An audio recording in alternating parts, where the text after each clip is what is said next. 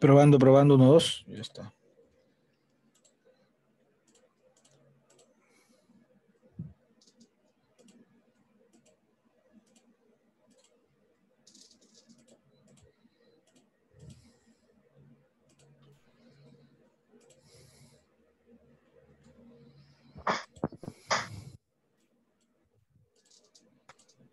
Buenos días, profesor. Buenos días, profesor.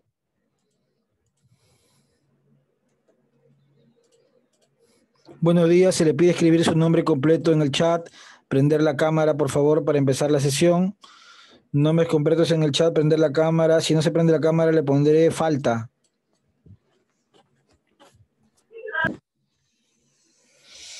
Buenos días, escribir su nombre completo en el chat, por favor. Nombre completo, sus 3 o 2 o 4 nombres y sus apellidos, y prender la cámara para verificar la asistencia. De lo contrario, tendré que ponerle falta al estudiante.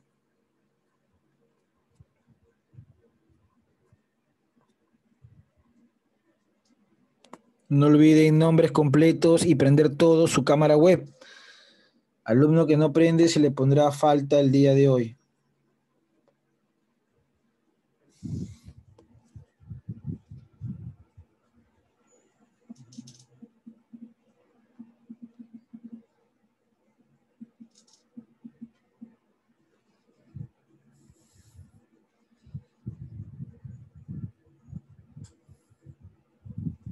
Hoy día se entrega la tarea después de la clase.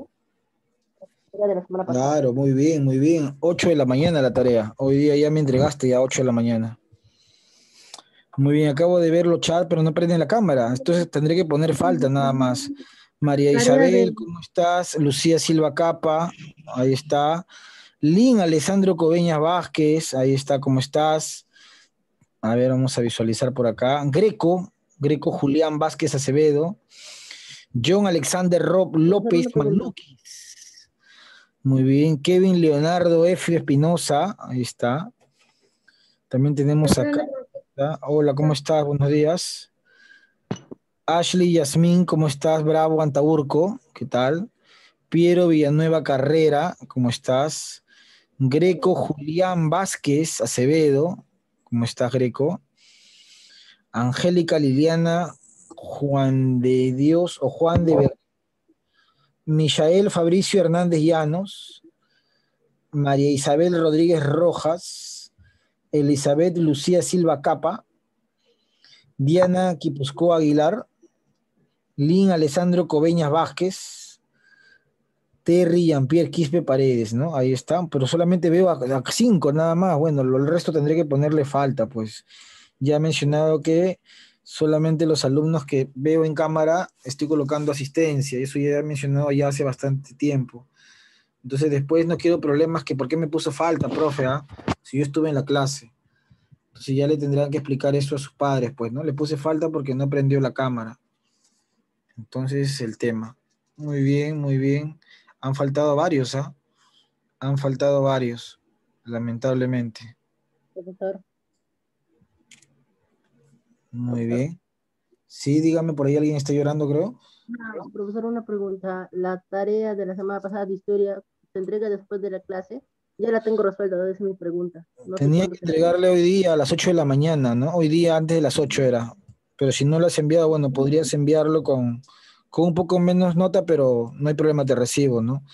Ya mañana ya no recibo ninguna actividad ya. Ojo, hoy día 8 de la mañana tenía que enviarlo, porque tenía Ya, profesor, una semana de tiempo no, de pues ya lo había bastante, ¿ah? resuelto, no sabía que era enviarlo. No, ahí tienen que tratar de enviarlo lo más temprano posible para revisarlo. Muy bien, entonces tenemos ya a la mayoría en clase, perfecto. Y vamos a ir justamente a nuestro cuaderno, pues. Nuestro cuaderno de historia, tenemos el tema para que puedas ir copiando, por favor. Dice justamente Reformas Borbónicas número 2. Saquen su cuaderno de historia. Ahí está el tema, colocar la semana. Estamos en la semana número 3. No olviden colocar también la fecha de hoy día. Es importante el tema de la fecha. No se olviden, por favor, la fecha del día de hoy. Eso es importante. Y el tema es las reformas borbónicas número 2. Estamos en la semana número 3, ¿no? Eso es importante, chicos. Semana número 3, ¿ya? Fundamental eso.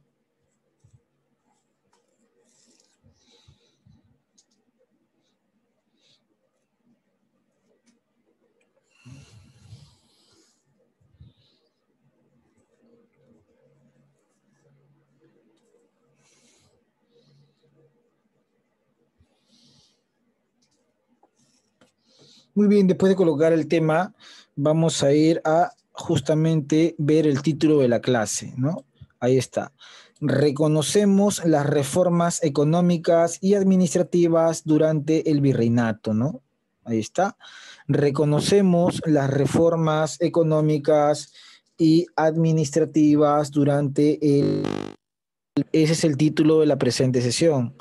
Vamos a reconocer cada una de las reformas económicas y administrativas desarrolladas durante el virreinato del Perú.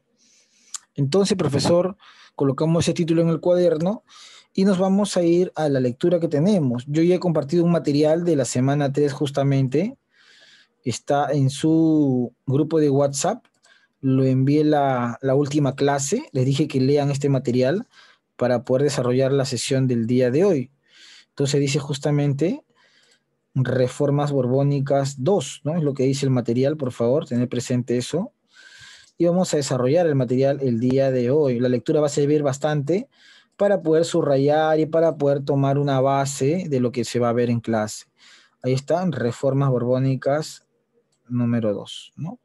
Ahí tenemos reformas administrativas y vamos a empezar con algún voluntario que quiera ganarse unos puntos para la lectura. A ver, vamos a ver por acá un voluntario, por favor, de manera rápida, una mano levantada. Muy bien, Liliana, Juan de Berríos. Adelante, Liliana, te escuchamos. Las reformas administrativas. Creación de las intendencias dentro de la política de ordenamiento de los Borbones. La variedad de divisiones internas, diferente en nombres, funciones y extensiones. Extensión.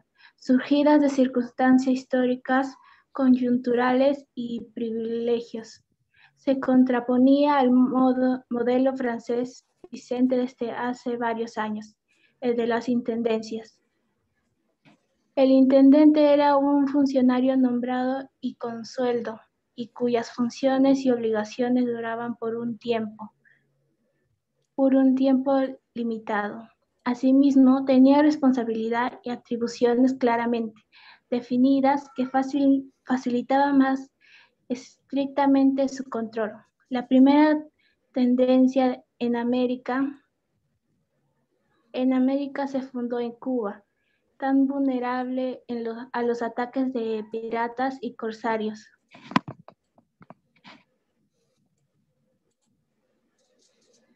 Se necesitaba de una defensa efectiva. Luego pasaron a México y al resto de América. En Buenos Aires se le dio reglamento en 1782 y este fue aplicado al Perú, donde se establecieron en 1784. Cuando cumplían sus funciones el visitador Jorge Escobedo, el virreinato se dividió entonces en 7 intendencias: Trujillo, Lima, Arequipa, Tarma, Huancavelica y Cusco. A ella se le agregaría más tarde Puno. Al ser devueltas sus provincias el Perú en el 1796, las intendencias se dividían en subdelegaciones o partidos que sustituían a los antiguos y odiados corregidores de indios. El hecho de los nuevos subdelegados también tuvieron mayor control. Mejoró un tanto la situación, pero no solucionó todos los problemas de los indígenas. Muy bien, señorita Berríos, Juan de Berríos. Muy bien, vamos a justamente empezar con sus puntos.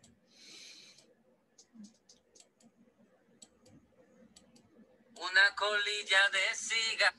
Vamos a ver acá a la señorita Berríos. Muy bien, muy buena lectura. Entonces nos vamos acá. Y tenemos lo siguiente, ¿no? Ahí está justamente reformas administrativas se llama. Y una de las primeras reformas que se va a trabajar, chicos, es el tema de la creación de intendencias. Vamos a subrayar justamente acá.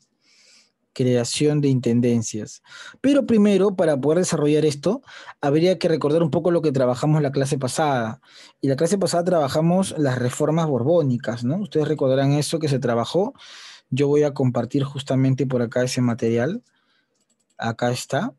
Y un poco para conocer qué fue eso. Mira, acá tenemos un poco lo que trabajamos. Las reformas borbónicas, dice, era un conjunto de medidas administrativas en las colonias españolas para aprovecharlas mejor. Estas reformas, como vimos en la clase pasada, fueron hechos por la dinastía Borbón de Francia, ¿no? La dinastía asumió el control de España, los Borbones, y a partir que los Borbones controlaron la corona española, hicieron una serie de cambios, ¿no? Reformaron la parte política, económica, administrativa de España y de sus colonias. Ahí tenemos el símbolo de los Borbones, ¿no? Origen francés, pero que rápidamente se hacen reyes de España, ¿no? Los Borbones. Entonces vamos a ver algunas reformas borbónicas que aparecen en pantalla, ¿no, profesor? Dice que implicaban un mayor control sobre el virreinato, estas reformas, ¿no? Profesor, buscaban tener mayores ganancias y además eliminar el poder de los criollos, era parte de lo que vimos también. Entonces, tenemos acá un cuadro donde se ve las reformas borbónicas, y antes de las reformas borbónicas se dio un acontecimiento importante que vimos también en la clase pasada, la Guerra de Sucesión Española, en la cual las potencias europeas, ¿no? Francia e Inglaterra, se enfrentan por el trono español, porque tú recordarás, y pregunta para cualquiera, ¿no? Levante la mano, esa pregunta vale 2 puntitos. Tú recordarás que España tuvo un rey que no tuvo hijos. ¿Cómo se llamaba ese rey? A ver, levanten la manito. ¿Cómo se llamaba ese rey? Fabricio Efio Espinosa, te escucho. Felipe V. No. Greco, te escucho, Greco. ¿Se me escucha, profesor? Sí, te escucho, fuerte, ahora más fuerte.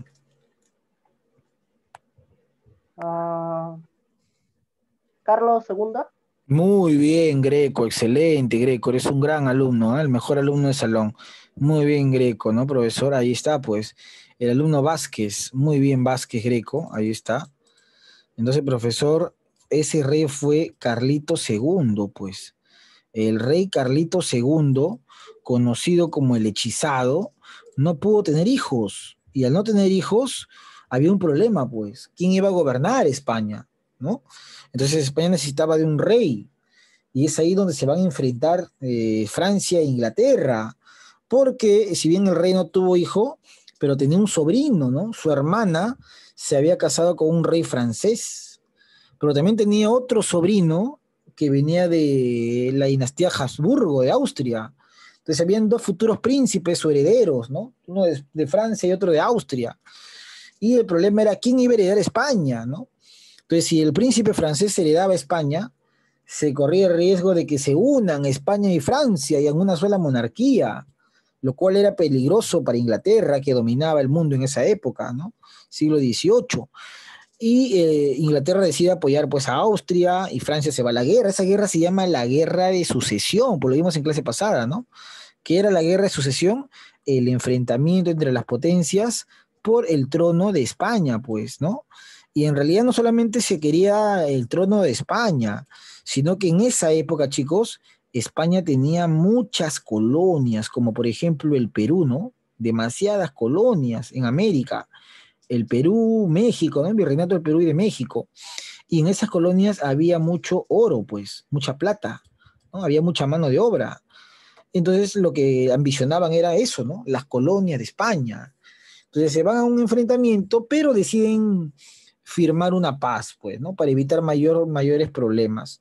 Esa se llama la paz de Utrecht, ¿no? En el cual Francia e Inglaterra llegan a un acuerdo y asume un rey Borbón España, pero se compromete a nunca intentar unir las 2 monarquías, pues, ni la de Francia ni la de España. Ahí está. Muy bien, ahí están las reformas borbónicas, chicos. ¿Qué más tenemos por acá? Bueno, tenemos justamente un mapa donde se puede visualizar que uno de los países que se va a beneficiar con esta guerra va a ser Inglaterra, pues, ¿no? Inglaterra controlaba todo el mundo de esa época, controlaba el comercio de esclavos. Mira, Inglaterra tenía varias colonias, ¿eh? Mira, tenía una colonia en Senegal, otra en Sierra Leona, otra en Congo, otra en Angola, ¿no? O sea, los ingleses tenían abundantes colonias en África y de esas colonias traían los esclavos a América y los vendían en diferentes lugares, venían los negros esclavos a trabajar, ¿no? Entonces era importante el tema de Inglaterra, que en esa época controlaba el mar. Entonces Inglaterra era una potencia, mientras que Portugal y España estaban pues relegadas, ¿no?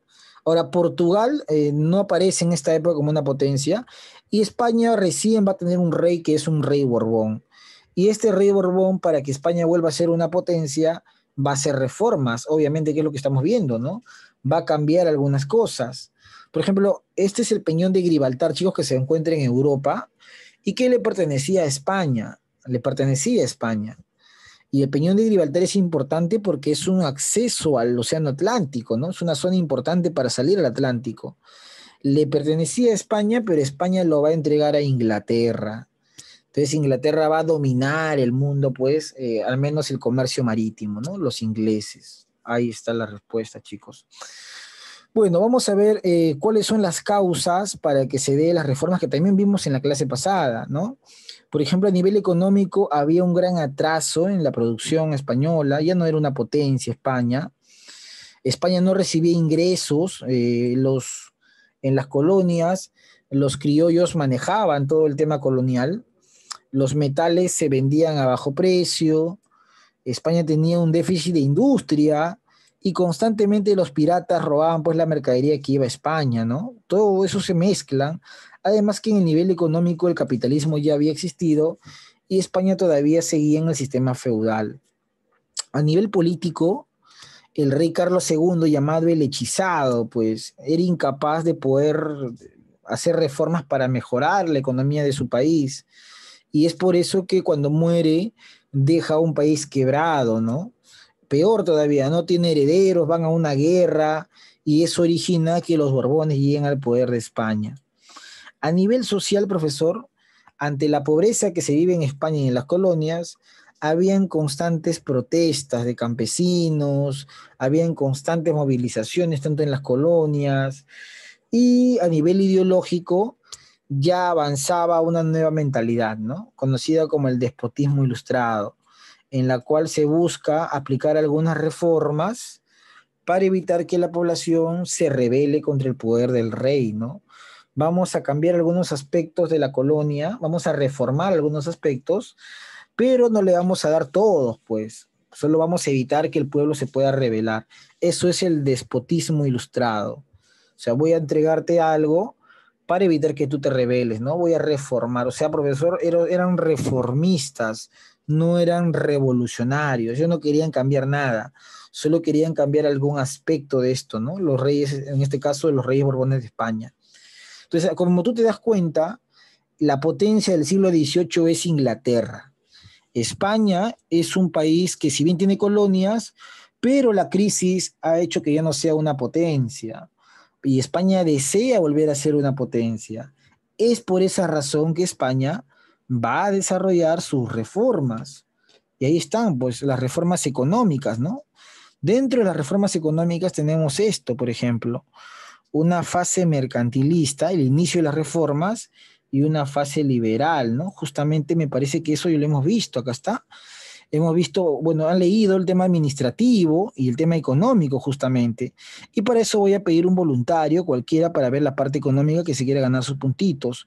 Hay por acá un voluntario. Muy bien, John Alexander López. Vamos a ponerle primero su punto a John. Muy bien, López. Ahí está, López. Muy bien, López. Entonces, vamos a ponerte tu punto, López. Vas a empezar con la lectura acá. Reforma económica. Fuerte, López, te escuchamos. Reforma económica. Durante la segunda mitad del siglo XVIII, los Borbones pusieron en práctica un conjunto de medidas económicas con el fin de terminar con los privilegios particulares y centralizar en el metrópoli los beneficios de las colonias. Los impuestos. El primer ensayo en materia fiscal fue llevado a cabo en 1765 con la publicación del Decreto y Real Institución. Este consistía en suprimir la interminable lista de impuestos que amenazaba con asfixiar el tráfico y sustituirla por un nuevo impuesto de valor del 6% sobre los productos españoles y 7% sobre los productos extranjeros. Tres fueron las finalidades perseguidas por este nuevo orden fiscal: intensificar el comercio, simplificar los trámites administrativos y ejercer la protección de las manufacturas españolas frente a la competencia extranjera. El comercio libre. En el Tratado de Utrecht, 1713, fue Inglaterra quien ganó el derecho a introducir 144.000 piezas de indias, como se llamaba los esclavos negros, así como el navío de permiso. Una embarcación de 500 toneladas cargaba de mercancías que acompañaría a las flotas españolas y que podría vender su carga libre de impuestos. Un gran cambio se produjo en 1778 con la promulgación del Decreto de Libre Comercio, el aumento de aranceles para el comercio libre de España e India, con el conjunto de obtener mayores beneficios por la vía fiscal. Se habilitaron 22 puertos americanos por los cuales se dividieron en mayores: La Habana, Cartagena, Río de Plata, Valparaíso, Concepción, Arica, El Callao y Guayaquil, y puertos menores, todos los comprendidos en Centroamérica y el Caribe. Los comerciantes limeños dejaron de tener el dominio comercial y un nuevo grupo mercantil comenzó a surgir en zonas periféricas. Tal fue el caso de los comerciantes de Río de la Plata, que dejaron de estar supeditados al control monopolítico que se ejercía desde Lima. A pesar de su nombre, este reglamento no permitía el libre comercio en las potencias extranjeras, sino que mantenía la principal restricción, que era comerciar únicamente con España. Muy bien, López, vamos a ir justamente al material. Vamos a minimizar acá. Un momento. Vamos a ver por acá, justamente. Ahí se ha movido, me parece.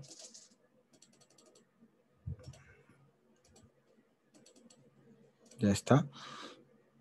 Y dice reformas económicas, ¿no?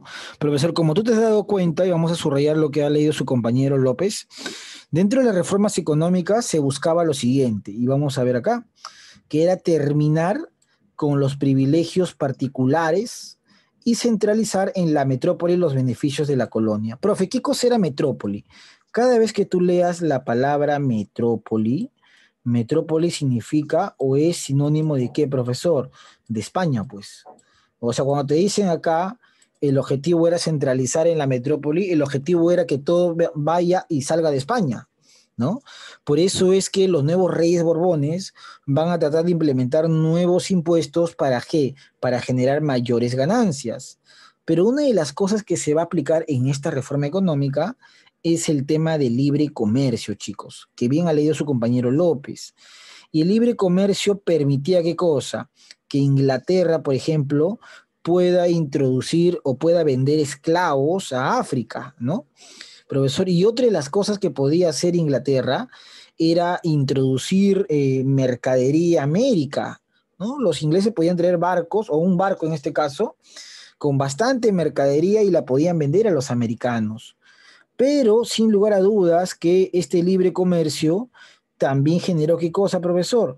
Que se abran nuevos puertos, ¿no? O sea, antes el único puerto era el puerto del Callao, chicos, en el Perú. Y ese era el puerto más importante de toda la colonia. Todos los criollos, ¿qué era un criollo? El hijo de un español que había nacido en América.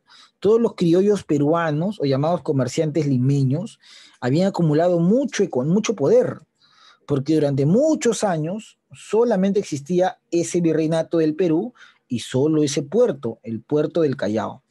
Pero ahora con las reformas económicas van a aparecer nuevos puertos. Mira, por ejemplo, aparece La Habana, donde hoy día es Cuba, Cartagena, donde es Colombia, Río de la Plata, donde es Argentina, Valparaíso, donde es Chile, Concepción, donde hoy día es Chile, Arica, donde hoy día es Chile, el Callao en el Perú, Guayaquil en Ecuador, ¿no? Aparecen más puertos. Y todos estos puertos empiezan a vender y a hacerle competencia al Callao. Entonces, ¿eso qué va a generar? Que todos los criollos o los comerciantes limeños empiezan a dejar de tener poder económico, empiezan a dejar de vender. Y esto va a generar problemas, tanto es así, profesor, que muchos criollos empiezan a ¿qué? A germinar la idea de la independencia, pues, ¿no? Porque se empiezan a perjudicar en lo económico con la apertura de nuevos puertos.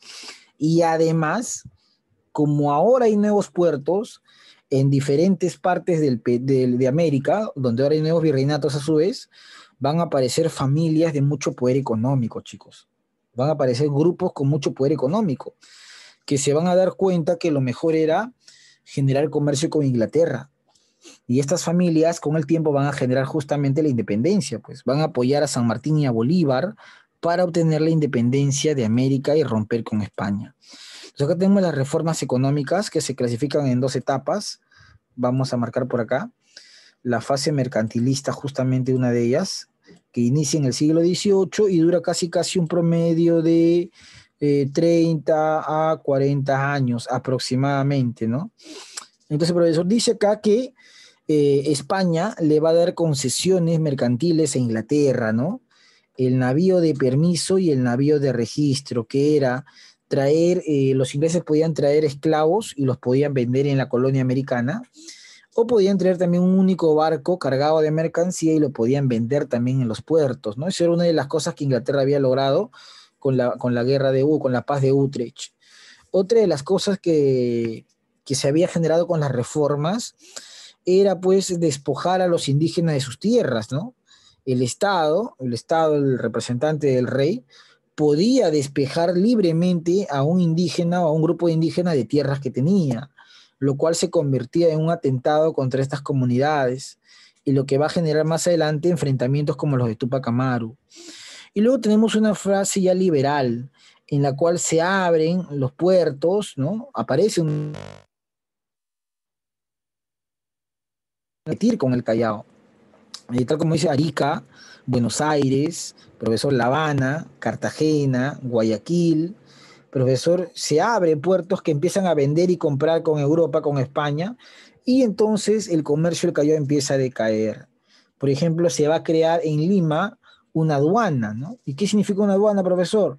Una institución que se encargue de cobrar impuestos a todos aquellos productos que entran a la zona de frontera, ¿no? Podías entrar por tierra, las fronteras, o podías entrar también por el mar, por el puerto del Callao. Se crea una aduana. Entonces, como vemos, las reformas económicas tuvieron como objetivo generar dinero para España, pero a largo plazo va a pasar todo lo contrario, pues va a perjudicar a los criollos americanos, a los criollos peruanos, y va a beneficiar a otros criollos que en el proceso se van a dar cuenta que mejor obtienen su independencia, que ganan más estando del lado de Inglaterra que estando del lado de España, ¿no? Se dan cuenta de eso. Y por eso van a querer financiar el tema de las revoluciones donde aparece San Martín y Bolívar. Bueno, te voy a dar unos minutos para que puedas copiar esta parte de reformas borbónicas después del título. Colocas reformas borbónicas, que era lo que estaba faltando. Nosotros trabajamos la clase pasada ya las reformas uno. Ahora colocas el título, reformas borbónicas. Bueno, ya te mostré el título de la clase, que está por acá. Reconocemos las reformas económicas y administrativas, ese es el título, y después del título viene este esquema, ¿no? Que está acá, reformas económicas, justamente, y te voy a dar unos 2 o 3 minutos para que puedas copiar, o si no le tomas captura de pantalla, pero vamos 2 o 3 minutos y luego seguimos, chicos. Vamos, rápido por favor para avanzar.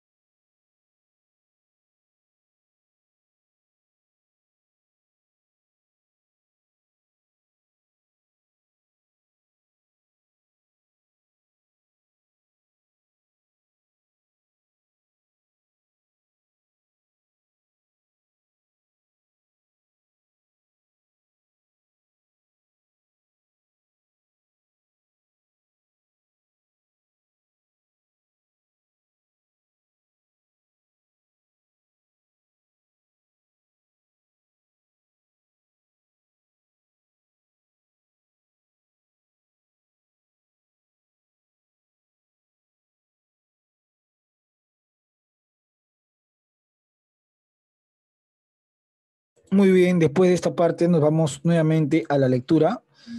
Y en la lectura tenemos, bueno, ya hemos visto esta parte de reformas económicas, vamos a ver la reforma eclesiástica.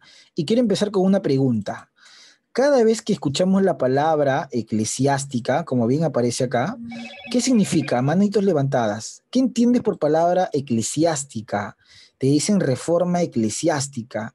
¿Qué podemos entender por esta palabra? ¿Qué tiene que ver? ¿Con qué se puede vincular la palabra eclesiástica? Dice reforma eclesiástica. Adelante, María Rodríguez, tu opinión me importa. Con la religión. Muy bien, excelente, señorita. Muy bien, María Rodríguez, ¿no?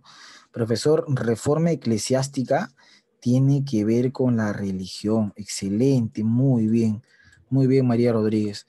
Entonces, profesor, ¿qué profesor? No solamente vieron lo económico, no solamente vieron lo administrativo, porque en lo administrativo vemos que se fundaron intendencias, que son provincias, sino que también tiene que ver con la religión, por supuesto. Recuerda que los españoles, recuerda que el rey y el virrey eran sumamente católicos, eran sumamente cristianos. Y dentro de esa creencia cristiana, católica, se dan estas reformas. Entonces vamos a ver en qué consisten, para lo cual voy a pedir un voluntario, cualquiera, rapidísimo, para explicar la lectura. Adelante, Diana Quipuscoa. Muy bien, Diana. Un momento por acá, Quipuscoa. Entonces vamos a colocar por acá, Quipuscoa. Muy bien, Guipúzcoa, un punto. Acaba 16. Acaba 17. Acaba 16. Acaba 16.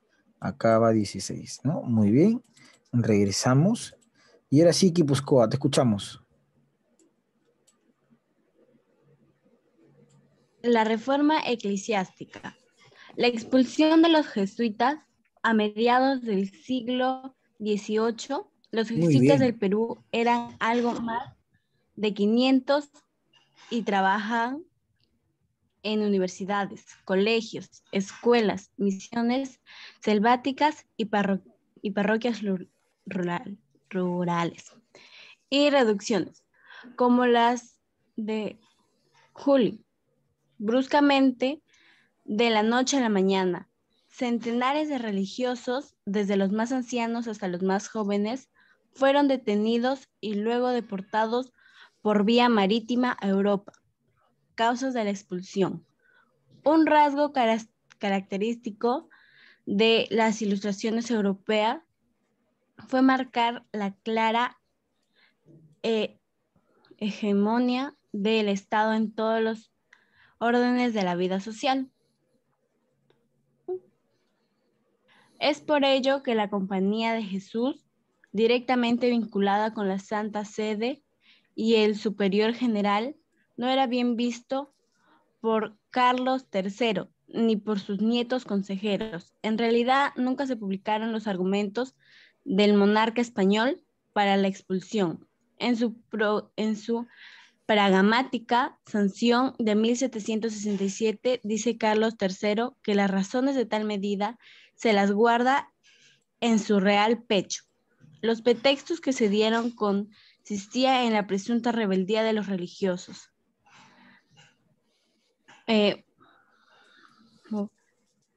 Jesuitas de las colonias ante las modificaciones limítrofes que afectaban a las misiones guaraníes,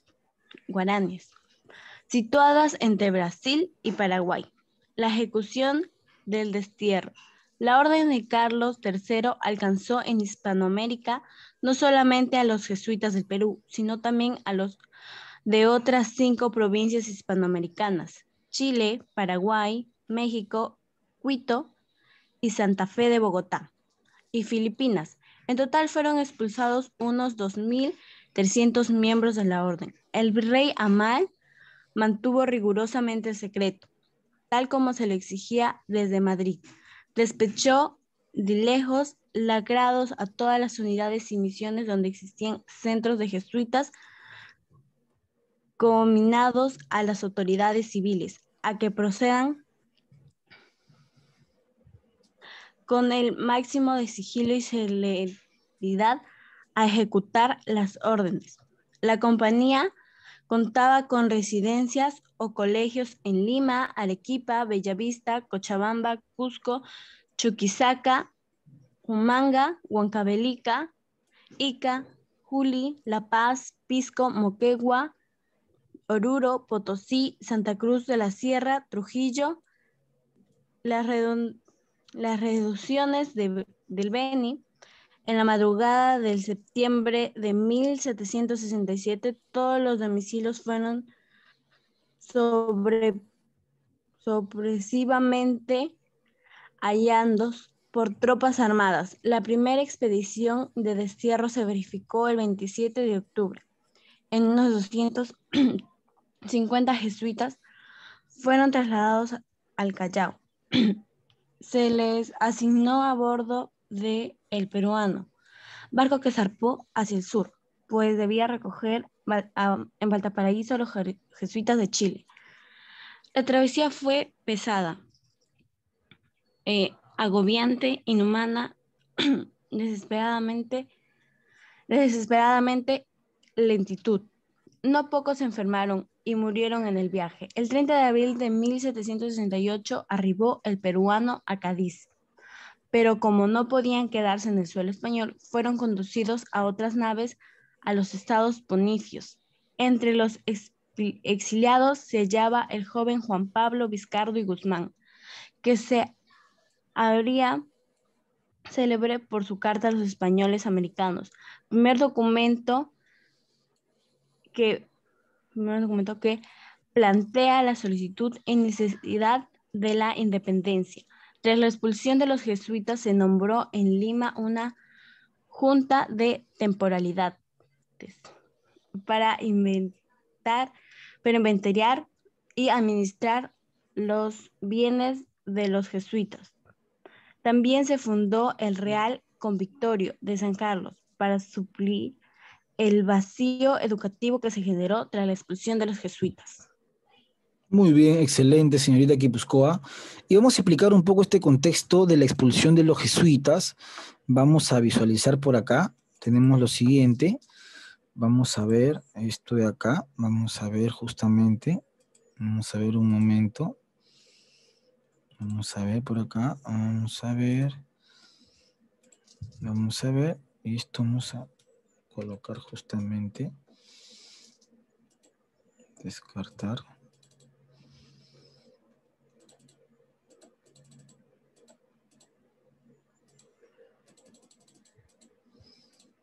Ya está. Profesor, cuando uno habla de la expulsión de los jesuitas, que es una reforma eclesiástica o religiosa, también puede ser entendida como una reforma política, ¿no? Acá dice expulsión de los jesuitas. Ahora, profesor, tal como ha leído mi compañera, ¿quiénes eran los jesuitas? Bueno, vamos a la lectura. Y la lectura nos dice que los jesuitas, chicos, era para empezar un grupo religioso, ¿no? Los jesuitas eran un grupo religioso que se encargaba de la educación. Ellos se encargaban de controlar el sistema educativo de las universidades en el Perú, de los colegios e inclusive de las aulas que había en las zonas rurales, en el campo, ¿no? Donde estaban los pueblos mayormente de indígenas. Entonces, por ejemplo, Túpac Amaru o José Gabriel Condorcanqui, que es su verdadero nombre, fue educado por una población de jesuitas, ¿no? Él fue educado por un grupo de jesuitas. Entonces, es importante entender que estos jesuitas se dedicaban al tema educativo en el Perú, se dedicaban a eso. ¿Y por qué fueron expulsados? Bueno, como bien ha leído su compañera, el rey que los expulsa va a ser Carlitos III, ¿no? Carlos III fue el rey de la mayor cantidad de reformas. Entonces, Carlos III los expulsa, pero nunca dio un motivo de por qué los expulsó. Pero se dice, se sobreentiende que fueron expulsados por una razón bien sencilla. ¿Cuál, profe? Porque representaban un peligro para la corona. O sea, los jesuitas pertenecían a una orden religiosa que, por lo general, no aceptaba que el rey sea una autoridad superior de la iglesia. Los jesuitas decían que el único que estaba por encima de ellos era Dios y que el representante de Dios era el Papa, era la iglesia, más no el rey. Entonces eso representaba un peligro para el rey, ¿no? El rey Carlos III decía, bueno, estos jesuitas no me obedecen y en cualquier momento pueden generarme un problema. Así que los jesuitas van a terminar siendo expulsados, ¿no? Expulsan a los jesuitas del Perú.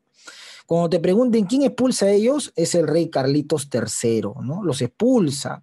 Bueno, eso supuestamente es la causa, ¿no? Pero muchos se sostienen que en realidad como los jesuitas tenían muchos territorios, tenían muchas residencias, manejaban mucho poder económico, tenían muchas tierras, como bien ha leído su compañera, mire, por ejemplo, acá tenían residencias en donde, en Lima, Arequipa, Cochabamba, Cusco, Chuquisaca, en provincias, en diferentes partes de América. Esas tierras pasaron al poder del Estado, pues. Van a ser administradas por un comité de temporalidades, ¿no? Ellos administran todos los bienes de los jesuitas que prácticamente pasan a poder de la corona. Uno de los jesuitas que fue expulsado fue un peruano llamado Juan Pablo Vizcardi Guzmán, quien después desde el destierro escribió una carta llamada Carta a los Españoles Americanos, donde Juan Pablo Vizcardi Guzmán les pide a los criollos peruanos que luchen por la independencia de la patria, ¿no? Que no le pertenece a España sino a ellos mismos, que son los criollos. Entonces, ¿y quién fue el virrey que se encargó de expulsarlos? Nada más y nada menos que el virrey Amat Iyuniet, ¿no? Ahí está. Fue ese virrey el que tuvo que cumplir con esa orden de expulsar a los jesuitas. Y de este virrey vamos a hablar acá. Vamos a hablar qué cosa hizo este virrey. Por lo tanto, vamos a empezar con un voluntario, chicos. Cualquiera, levante la manito para hablar del virrey chibolero, ¿ah? Así lo llamaban, el virrey chibolero porque tuvo un amante, ¿no? Una señorita conocida como la Perricholi, pues. Vamos a hablar de ella un poquito. A ver, levantamos la manito para conocer al virrey Amati Yuniet. Muy bien, Elizabeth Silva Capa. Vamos a poner tu punto porque tu opinión importa. Acá está Silva. Entonces, subrayamos. Muy bien, Silva. Regresamos. Y adelante, Silva, te escuchamos. Tu opinión me importa. Fuerte.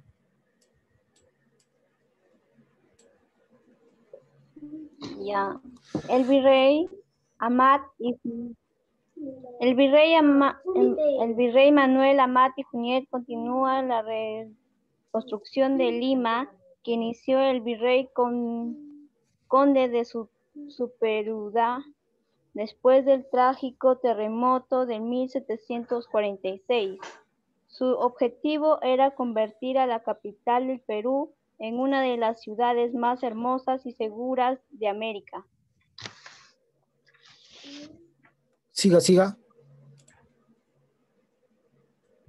Los principales monumentos arquitectónicos ordenados por el virrey Amat tuvieron como modelo el estilo rococó, muy en boga en Francia del siglo XVI. En el siglo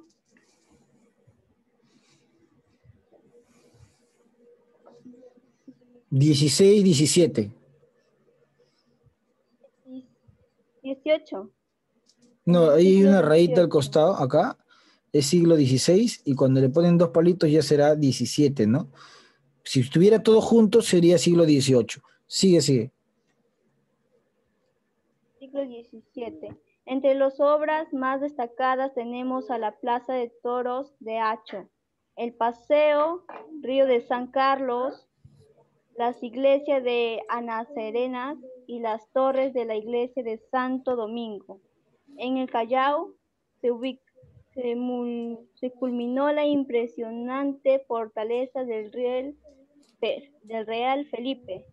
La renovación urbana de Lima incluyó las construcciones de bellos cafés y nuevos hospitales.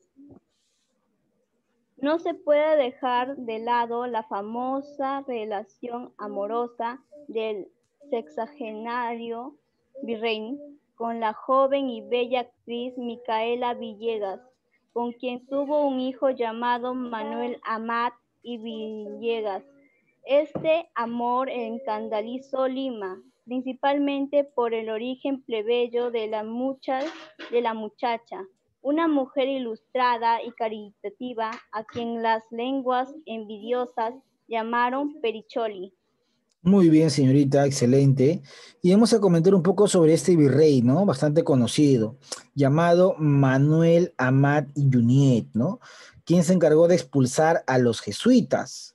Pero además de eso, este virrey pues va a continuar con la reconstrucción de Lima, ¿no? Que ya había iniciado anteriormente el virrey Conde de Superunda, después de un trágico terremoto. Mira, en el siglo XVIII, en 1746 se dio un gran terremoto en Lima, lamentablemente destruye muchas de las principales construcciones y el virrey Amat reconstruye toda esa situación. Ahora, el virrey también destaca porque era un aficionado a la corrida de toros. Por eso es que ordenó la construcción de esta plaza de toros de Hacho, ¿no? Un coliseo de gallos, y se dice que al lado de la plaza de toros de Hacho había una torre donde él subía acompañado de quién? Acompañado de una bella jovencita que era actriz, ¿no? Llamada Micaela Villegas, ¿no? Micaela Villegas y la sociedad de la época, que era bastante conservadora, la sociedad colonial, le decía o la llamaba pues de manera despectiva la Perricholi, ¿no? Porque se decía que era el amante del virrey Manuel Amat y Junyent. Y no solamente era el amante, sino que tuvo un hijo del virrey, ¿no? Entonces esta mujer va a vivir en el Perú toda su vida, va a dedicarse también a obras sociales y va a entregar un terreno importante, ¿no? Va a donar un terreno importante. Entonces, como vemos, el virrey Manuel Amat y Junyent es uno que hace obras que hasta el día de hoy se pueden observar. Por ejemplo, en el distrito del Rímac, observas la Plaza de Toros de Hacho. En el distrito de Rímac, observas la Alameda de los Descalzos. En el distrito del Rímac vas a observar el Coliseo de Gallos. O sea, hay un montón de obras que son de esa época, pero que todavía uno lo observa en pie, ¿no? Entonces, por ejemplo, ¿cómo no recordar la fortaleza del Real Felipe, que era una construcción que permitió defenderse de los ataques de los piratas? Bueno, vamos a ver acá algunas preguntas, chicos. Recuerden que hoy día se envía esta lectura y se tiene que desarrollar verificando el aprendizaje. Vamos a ver por acá y vamos a levantar la manito, vamos a premiar a los que estuvieron atentos a la sesión. Por lo cual empezamos con la pregunta número 1. La pregunta número 1 dice: ¿cuál fue el país beneficiado con el libre comercio? ¿Cómo se llama ese país que con las reformas empieza a vender mercadería a América? Empieza a vender negros, empieza a traer barcos y empieza a vender productos a las colonias americanas. Elizabeth Silva Capa, tu opinión me importa, adelante. Profesor, ese país se llama Inglaterra. Excelente, muy bien, señorita, felicitaciones. Sin miedo, ¿ah? Excelente. Historia es un curso muy fácil, solo hay que estar atento nada más. Muy bien, ese país será Inglaterra. Excelente, muy bien, ahí está. Vamos a ver la número 2, dice: describe el proceso de la economía en el virreinato del Perú durante los siglos XVI, XVII y XVIII. Bueno, la economía en el virreinato del Perú antes de las reformas, como bien está acá, su compañera había hecho lectura, acá está justamente, la economía antes de las reformas consistía básicamente en el monopolio, pues, ¿no? Había un monopolio en el Perú, ¿no? En el cual solamente las colonias podían venderle ¿a quién, profesor? A España. Nadie más podía venderle a España, ¿no? Solamente las colonias, había un monopolio. Después con las reformas entrará Inglaterra ya. La pregunta 3 dice: ¿cuáles fueron las principales medidas que se adoptaron en el decreto de libre comercio? Mira, acá está el libre comercio en la lectura, y acá está, dice, el libre comercio. Y según el libre comercio, pregunta, ¿se van a abrir nuevos qué, chicos? Nuevos que se abrieron en América, que compitieron con el Callao. A ver, por ahí alguien que esté atento. A ver, Elizabeth Silva Capa, adelante, te escucho. Profesor, se abrieron nuevos puertos. Muy bien, excelente, Elizabeth. Se van a abrir nuevos puertos, pues, y estos puertos empiezan a competir con el Callao. Entonces, en estos puertos van a aparecer grupos de poder, comerciantes, que serán los que financien la independencia más adelante, porque tú recuerdas que Bolívar viene del norte y San Martín viene del sur. Excelente, muy bien, Elizabeth, como siempre arrasando. Y vamos a seguir avanzando por acá. Pregunta número 4. ¿Cuál es la relación de Juan Pablo Vizcarra de Guzmán con las reformas borbónicas? Juan Pablo Vizcarra de Guzmán, ¿qué cosa era, chicos? ¿Qué cosa era? A ver, John Alexander López, te escucho, John. Profe, pensé que era la 3 la que estaba haciendo. No, la 4. ¿Qué cosa era Vizcarra de Guzmán, chicos? ¿Él qué cosa era? Recuerden que él, ¿qué era, chicos? Hemos visto. A ver, Diana Quipuscoa, adelante, Dianita. Era un jesuita que No. escribió la carta a los españoles americanos. Antes que me diga de la carta, está bien que era un jesuita, pero él escribió la carta porque ¿qué le hicieron a él, Diana? ¿Qué le hicieron a él?